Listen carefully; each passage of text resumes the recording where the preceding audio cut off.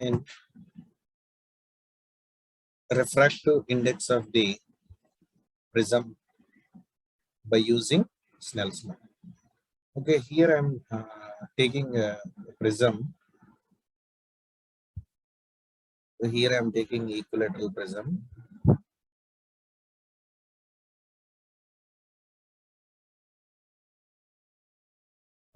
First of all, what we have to take a prism outline, that is ABC. Now draw a perpendicular line on the face AB. Okay, next here I'm taking a ray is considering as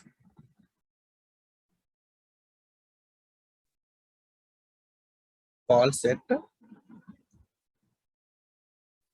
So this one is N. So N means what? So N means normal. So here the ray name is P and Q. If the prism is not present, what happened? This ray will move straightly. Okay. Due to prism, what happened? This ray is bended towards the normal. Okay. Now I'm taking when a ray is traveling from rarer to denser medium, it bends towards the normal. Now I'm drawing another perpendicular to know the exact refraction of the light. Okay, so here you can see when a ray of light is moving from rarer to denser medium, what happens? So rarer to denser medium, it bend towards the normal. Denser to rarer, what happens? Away from the normal. Okay, so here you can see if the incident ray, emergent ray, both are meet at a point. What is that meeting point? Here, these two are, if you extend it like this, here it will form a angle of deviation D. So first, here the ray name PQ, here is RS. Okay, you know very well about that. So refracted ray here I am considering R1, here is R2, and this angle I am considering as X. This one is I am considering as a Y. Okay, for in case of a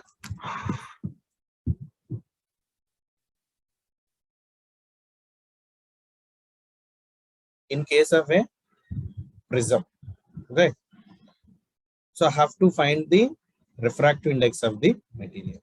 So first I am taking only angle of deviation. So angle of deviation means what?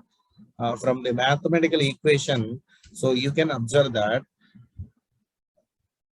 here sum of the interior angles is equal to the one exterior angle. Okay, so sum of the interior angles, that means what is the sum of the interior angles?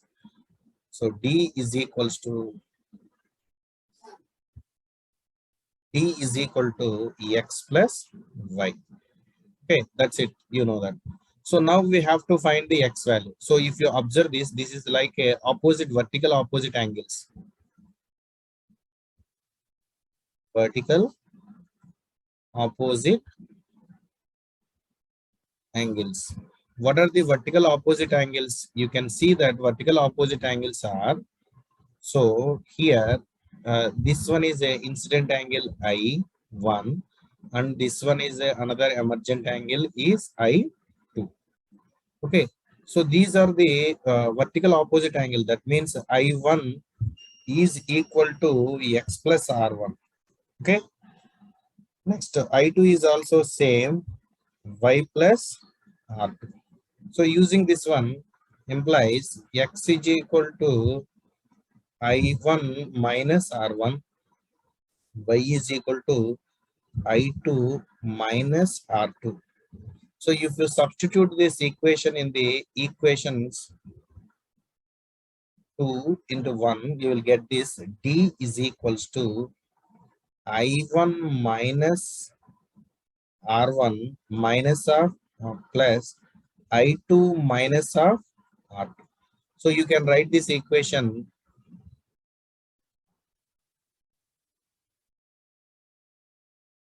You can write this equation as, see, D is equals to, so angle of deviation D is equal to I1 plus I2 minus of R1 plus R2. So this is okay. So what about the angle of deviation value? What about the angle of deviation value?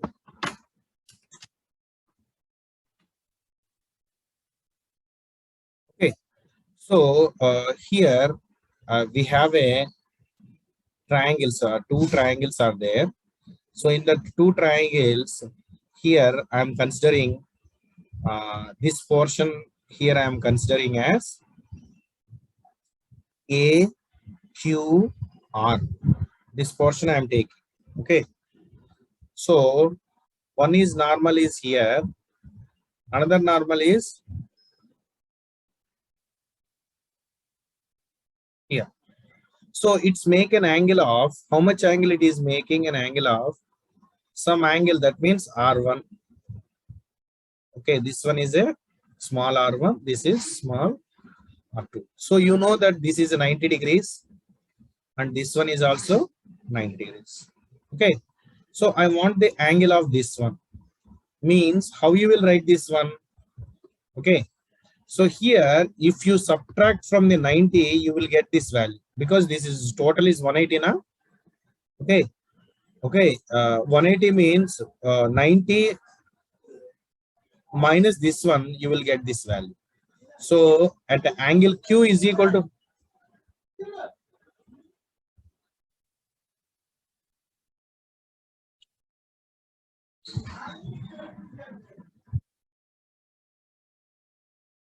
angle Q is equal to how much? 90 minus R1. In the same manner, angle R is equal to 90 minus R2. So if you substitute in this both equation, angle A plus 90 minus R1 plus 90 minus R2 is equal to 180 degrees. Therefore, you can write A minus of R1 plus R2 plus 180 is equal to 180 degrees. So both are get cancelled. So angle A is equals to R1 plus R2. Okay. So this is the equation number A. Next, if you observe the angle of minimum deviation, if you substitute this value A value into the equation number 3, you substitute the equation number 3. What is the value? D is equal to I1 plus I2 minus of A. That means R1 plus R2, we can write here.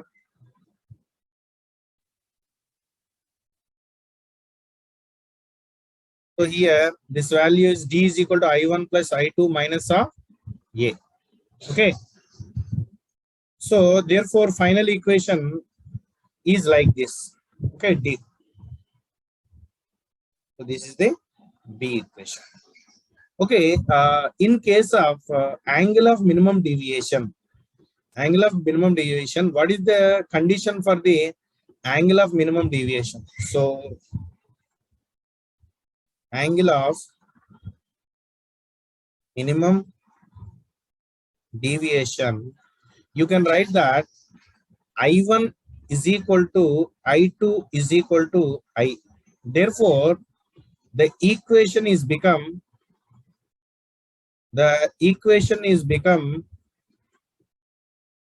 B and A equations, A comma B equations. So what about the A equation? R1 is equal to R2 is equal to R. Therefore, you can write this equation A as R is equal to A by 2. R is equal to A by 2. Next, in case of D is equal to how much? So D is equal to I1 plus I2. That means I1 plus I2, we can write it as I. Therefore, A plus D or D plus A. Okay. So here, from the equation 2, you can write A plus D is equal to 2I. So implies I is equal to A plus D by 2. Okay. So you know very well about the Snell's law. Snell's law. What is Snell's law? Sin I by sin R is equal to mu. Here we have sin first equation. What is the first equation? So this is the first equation and that one is the second equation. So here I am writing equation as a Roman number 1, this one, and this one is a Roman number 2. So from the equations, you can observe from the Snell's law in equation 1 and equation 2. Roman number 1 and Roman number 2. So what you will get sin A plus D by 2 by sin A by 2 is equals to mu. This is about the Snell's law. This is about the Snell's law.